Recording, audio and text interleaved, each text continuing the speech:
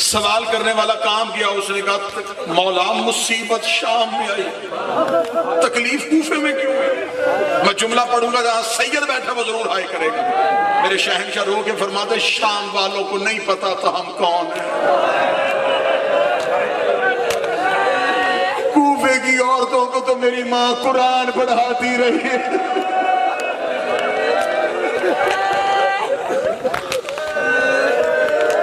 مجھے خبر ہے یہ پاک نگری ہے، سخت مصائب نہیں سنتے تم لوگ، ادب سنتے ہو، بڑا بچ کے ایک جملہ پڑھنے لگے۔ کوفے میں ورود پاک ہوا میری شہزادی کی، جب میری شہزادی کا داخلہ ہوا نا کوفے، ایک گلی کا موڑ آیا، میرے چوتھے شہنشاہ کی آواز ہے اماں یہ وہ گلی ہے جس میں حبیب ابن مظاہر کا شہزادی دیکھ کے کہتی ہے ان سے کہے ہمیں کسی اور گلی سے گزارے، اس گلی سے قرآن کی آیتیں نہیں گزری۔ ملاؤں نے دیکھا کہ نہیں ہم یہاں سے گزاریں گے۔ چھت پہ کھڑا تھا حبیب کا بیٹا، شہزادی کی آواز آئی اچھا بیٹا سجاد پھر ایسے کر میرا اونٹ اس کے مکان کی چھت کے قریب کر۔ قریبی بتاؤں اماں کیوں؟ بی بی رو کہتی آ تو گئی ہوں اسے اس کے بابے کا پرسہ ہی دے گی اور تیری قریبی کے صدقے اور میری شہزادی تیرے 18 مارے گئے تجھے رونے کوئی نہیں ہے، سب بھائیوں کی ماری گئی،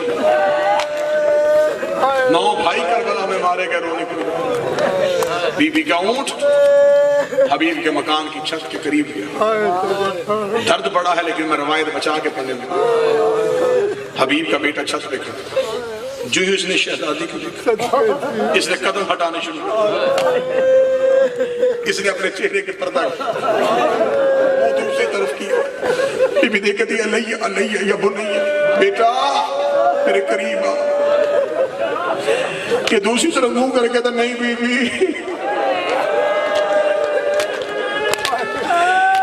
میرے بابے کی منع ہے ہم قیدیوں کا تماشا نہیں دیکھتے۔ میں اگلی سطر معافی مانگ کے پڑھنے لگا ہوں، اس پاک نگری پہ رہنے والا ہر ایک شیعہ مجھے جملہ معاف کر دینا، جملہ سخت آ گیا ہے، جتنے میں چھپا سکتا میں نے چھپائی، یہ جملہ مجھ سے چھپے گا نہیں۔ بی بی دیکھ گئی میں تجھے بلا رہی ہوں تو پیچھے کیوں جا رہا ہے؟ بچہ دیکھ رہا بی بی میں نے کوفے میں مرد قیدی دیکھے تھے، پہلی بار کوئی مزدور قیدی دیکھی ہے۔ بی بی اللہ جانے تجھے کس جرم میں قید کیا گیا ہے۔ بی بی رو کے دی میرا جرم بعد میں پوچھنا، پہلے اپنی ماں سے کہ چھت پہ آ تجھے ایک بی بی بلا رہی ہے۔ دیکھنا بی بی تجھے نہیں پتا میں اپنے گھر کے پردے کا وارث ہوں، میری ماں چھت پہ نہیں آئے گی۔ بی بی نے کہا کیوں نہیں آئے گی؟ رو کے کہتا میری بی بی علی کی بیٹیوں کی کنیز ہے، وہ میری شہزادیوں سے قرآن پڑھتی رہی ہے۔ ابھی بیٹے نے اتنا جملہ کہا تھا یا حبیب کے سر نے پرواز کی، مکان کی چھت پہ آیا، آواز آئی ماں کو کہے آگ لگا برکے کو، دروازے پہ علی کی بیٹی آ گئی ہے۔ حبیب کی زوجہ ننگے سر دوڑی شہزادی کے اونٹ کے سامنے آئی، رو کری بی بی مجھے بتا تیرا عباس کہاں گیا، تیرا قبر کہاں گیا؟